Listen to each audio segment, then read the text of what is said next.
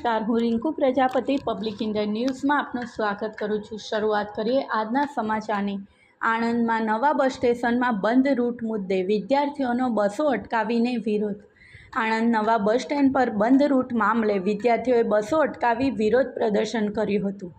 આણંદ જિલ્લા બોરસદ, આંકલાવ, તારાપુર, સોજિત્રા, ઉમરેઠ સહિત તાલુકાના ગ્રામ્ય રૂટો 4 વર્ષ અગાઉ બંધ કરી દેવાયા હતા, જેમાંથી મોટાભાગના ગામો રૂટો શરૂ થયા નથી। શાળા કોલેજના સમય અગાઉ દરેક ગામમાંથી એસટી બસ રૂટો દોડતા હતા, તેના કારણે વિદ્યાર્થીઓને કોઈ મુશ્કેલી પડતી ન હતી, પરંતુ કોરોના કાળમાં એસટી વિભાગ દ્વારા ગ્રામ્ય વિસ્તારના તમામ રૂટો બંધ કરી દીધા હતા। હાલમાં ગ્રામ્ય વિસ્તારના રૂટો બંધ હોવાથી વિદ્યાર્થીઓને પારાવાર મુશ્કેલીનો સામનો કરવો પડે છે।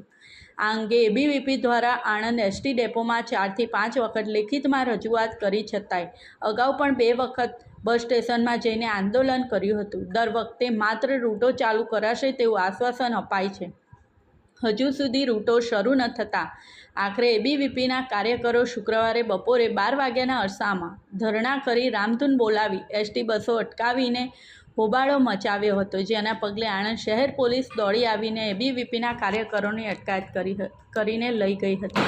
આ સાથે આજના સમાચારને અહીં સમાપ્ત કરીએ છીએ।